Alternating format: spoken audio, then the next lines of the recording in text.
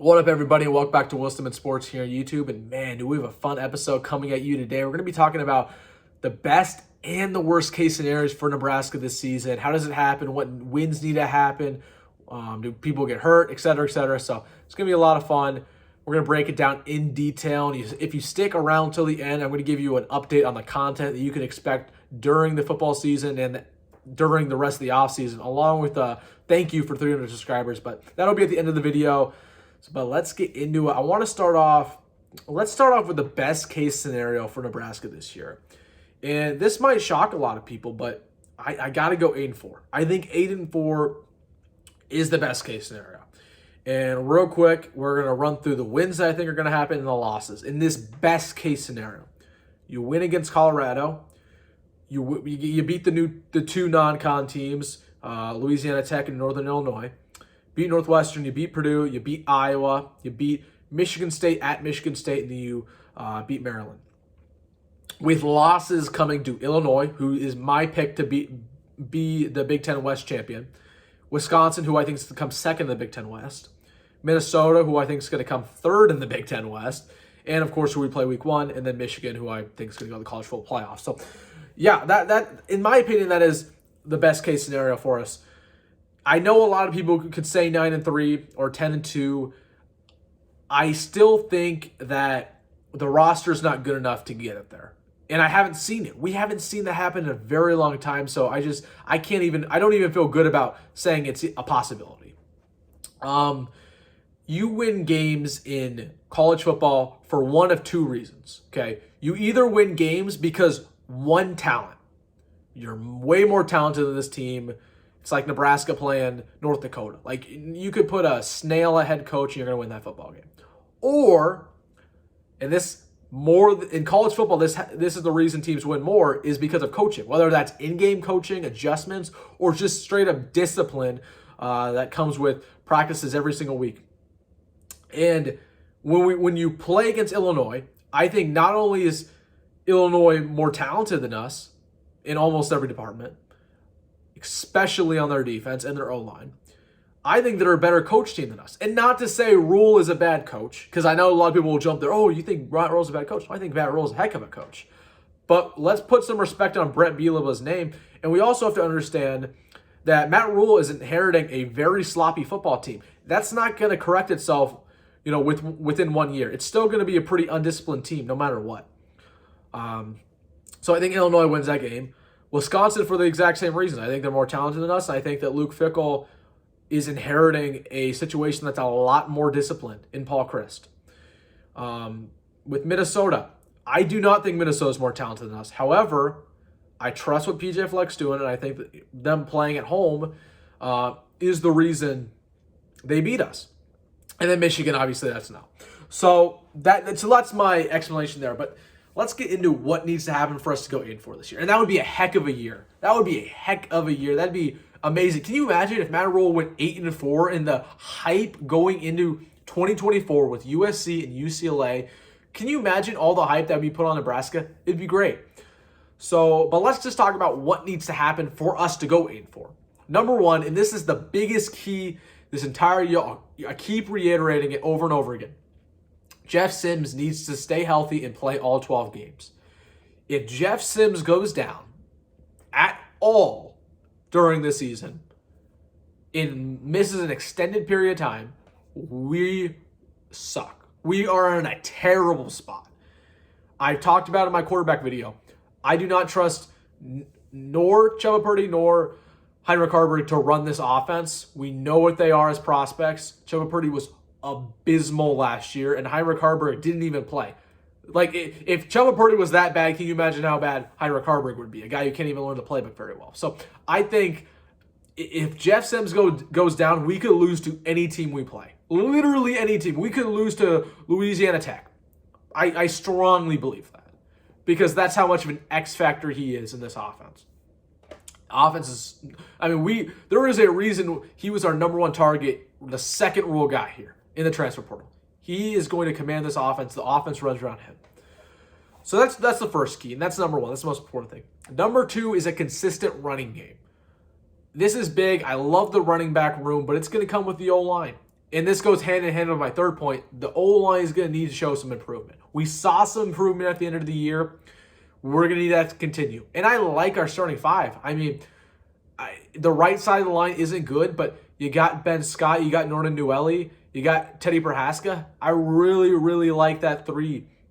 I think it really could continue to improve, but that goes hand in hand with a consistent running game. You look at all these teams in the Big Ten, Illinois, Wisconsin, Iowa, Minnesota, what do they all have in common in the Big Ten West? Consistent running game. They're running for 100 yards every single game, no matter what. And if they don't, they lose bad. We need that. And I believe we can do that with the system that Rhule's bring, with what he's talking about in the press conferences and having a fullback and having heavy sets with two tight ends. Yeah, if you don't understand, you understand now. He's trying to run it down people's throats. He is trying to say, we're going to run it down everybody's throats, period. Okay? So we need to see that. We need to see that. We need to see it work. And you got to trust Anthony Grant reverts to how he was prior to the end of the year last year, where he was absolutely abysmal. And you got to hope that Gabe Ervin is everything that the staff says he is. So those are my 2 and 3. My fourth is the in-game coaching adjustments. Okay. This one hurts me deep because this was probably the biggest flaw of Scott Frost would be he would never make adjustments, ever. You saw it remember when we played Illinois to start off the year in 2021, and he said in his press conference that once Illinois showed up in the defensive front that they did, the entire game plan was out the window. And he didn't make a single adjustment. He straight up admitted it to the press. He said that he didn't make any adjustments. He didn't know what to do. The game plan was out the window. The second they showed up in a different defensive front than he thought they would be. Horrendous. Okay, he refused to adjust to teams like Iowa. That's why we would have really good first halves. Remember it last year. We played Minnesota. We were up at half big. And then they came back. Same deal with Wisconsin. So he made absolutely no adjustments. Teams that played us, they were, they could be down. They'd make adjustments half and come out a different ball club. We need Matt Rhule to make adjustments. I believe he can. It's so key. And it's the stuff that happens behind the scenes. And the last one is key contributions from unknowns. We're going to need some players to step up. And if that includes Heinrich Harburg and he steps up if Jeff Sims is hurt and he plays well, we need him to do that. We need some unknowns to show up. We need Xavier Betts, who's still kind of an unknown, to show up. We need Gunnar Gatula, true freshman, to show up if his name is called on the O-line. We need Thomas Fedoni to show up as still an unknown. We need MJ Sherman to show up as an unknown. Okay, so there's a lot of unknowns on this roster who need to show up and play a really good ball for us in order for this to happen. So that's my 5 keys. I guess you could add on a couple others, but in reality, a win against Colorado, that's very doable. At Colorado, very doable. Obviously, those 2 non-con games against Northern Illinois and Louisiana Tech, very doable. Northwestern, I think, will be the worst Power 5 team in the country this year. Very doable. Purdue, I think, will be the second worst. Okay, not the second worst, but I think Purdue is going to be atrocious this year. They lose a lot of players and bringing in a first-time head coach. I think they're going to be terrible. So Purdue, very doable. The next 3 that I have pinned as wins right now, Iowa, Michigan State, Maryland, I don't like as much. Iowa, they're a tough opponent. I know we're feeling good after the win last year, but they're a tough opponent. They still have our number.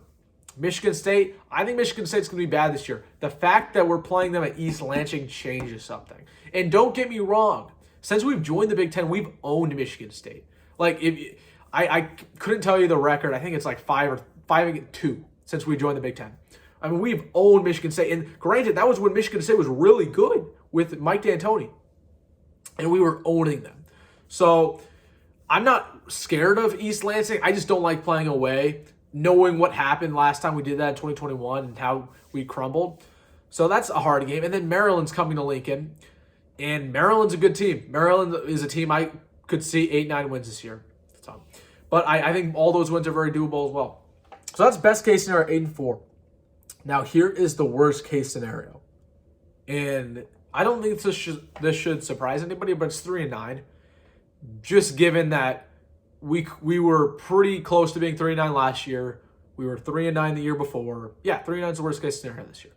And again, that would come with beating our two non-cons, Louisiana Tech, Northern Illinois, and that would come with beating Northwestern, and then losing to Purdue effectively on the road. So, yeah, that's our worst case scenario. Let's just talk about what happens in that case. Number one, Jeff Sims gets hurt. Clearly, if Jeff Sims gets hurt, we're screwed. I don't even think I need to go too much in detail about that one. I kind of did it before, but second one is O-line gets banged up and there's zero improvement. This O-line, depth-wise, is still pretty poor. You have Ethan Piper, who I think will either... I think Ethan Piper will actually start, now that I think about it. I think Bryce Benhart coming off the bench, and we'll see how that fares. You got Gunnar Gatula coming off the bench, and we'll see how that fares. You have Henry Tuskey getting off the bench. We'll see how that fares. But after those three, it gets slim very quickly. So if that O-line gets banged up like it has historically, we're in a bad spot. We're in a really bad spot, and that could throw wrenches in our offensive game plan. And again, we got to see development from that unit. If they go out there and play as well as they did last year, that's still a really bad unit. We need them to show improvement and get to those middle-of-the-pack levels that we need them to be. Number three is disciplinary issues. We've seen this countless times. I mean, I think the pony boy of disciplinary issues under the Frost regime was Caleb Tanner. Caleb Tanner, high motor player, not great production, but man, he would kill you with a stupid penalty at the worst times for roughing the passer or doing something after the play. Terrible. I mean, it's just the stupid stuff, the holding that. I mean, man, it's the penalties, which we were one of the most penalized teams in the country. That is not going to fix itself in 1 year, but it cannot be at the same level it has been. And that will kill you games. Kill you games. We've seen it so many times. We're driving, we're down one score, and you know what happens? We have a holding call. We have this and that happen. And you know what? We're backed up 10 yards and the drive is completely ruined, and we're screwed. And we don't know how to bounce back. So that's my third. And this is my fourth, which I think is really important. But it's the 3-3-5, and if it cannot adjust to the Big Ten. We all know the Scott Frost quote of, we're going to make the Big Ten adjust to us. Matt Rhule did not say that when he got here. Thank you. But the 3-3-5 is probably the most worrisome thing that Husker fans are thinking about right now. We're worried about it because we know what happened with the 3-4. And we're worried because we know what the Big Ten West is. We know it's a league where you run it down your throat. Don't think too much about it. That's what's going to happen. When we play Minnesota, that's what's going to happen. When we play Iowa, that's what's going to happen. When you play Wisconsin, that's what's going to happen. Okay? And if this defense cannot adjust the Big Ten, if it does not have the D-line and linebackers in place, because it's a secondary heavy defense. If it does not have the D-line and linebackers set in place, man, we are going to struggle. It is going to be brutal to stop this run attack. Like, you look at Syracuse, with Tony White, our defensive coordinator, when he was at Syracuse, right?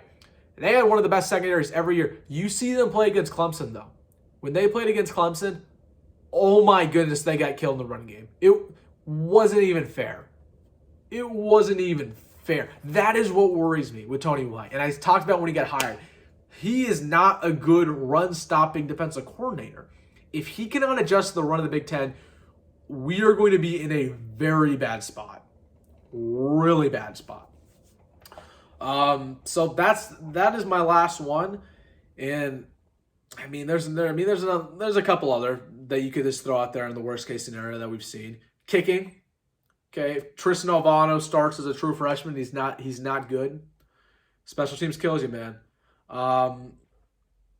Matt Rhule. Matt Rhule is, as an in-game head coach, he has his ups and downs. Really good at Baylor, really bad at the Panthers. When we're talking about in-game adjustments, we need to see that from him revert to the way it was at Baylor. Because we can cherry-pick stats and say, oh, he's really good at Baylor. Oh, he's really bad at the Panthers. No. Let's acknowledge that he was a good game manager head coach with Baylor and with Temple. And we need to establish And I understand he was a bad game manager with the Carolina Panthers. I believe he went 0-20 when teams scored more than 17 points against him. Like, that was some crazy stat like that. Like, it was not good. And some players even spoke, and they said Matt Rhule wasn't making adjustments at halftime. So hopefully that's not the case. I don't think that will be the case, but hopefully that's not. And last one, it's just injuries. Again, going back to our first point, if this team gets banged up, we could easily go 3-9. So overall, where do I think we end up? I'm going to stick with my original prediction. I think this is a 6-6 team. Talent-wise, do I think this is a 6-6 team? No. I think it's a little bit worse. But schedule-wise, I think we're handed a layup here. I think we're handed a layup when it comes to the schedule. You're going to win your 2 non-con games. You're going to beat Northwestern. You're going to beat Purdue. I think you're going to beat Colorado. Colorado's horrendous, man. Horrendous. If you lose to Colorado and Boulder, we have problems. That's 5 wins right there. And then you play Maryland at home, Iowa at home, and Michigan State away. You're going to win one of those. I think realistically this is a 6-6 team. And I think we do go bowling. And if we don't, that would not be a good sign. Really, it wouldn't be a good sign. In modern day college football, like, I want to address this real quick before we wrap up. It's a little bit of a quicker video today. When Scott Frost first got hired, and I know I'm comparing a lot of Scott Frost, but I think it's irrelevant. When Scott Frost first got hired and went 4-8, everyone was saying, "Oh, but it doesn't matter. We saw development at the end of the year. The team was better off when we played Iowa than when we started off the year against Colorado." And oh man, we're going to be good next year in 2019, right? By the way, we got super hyped up going into that 2019 year.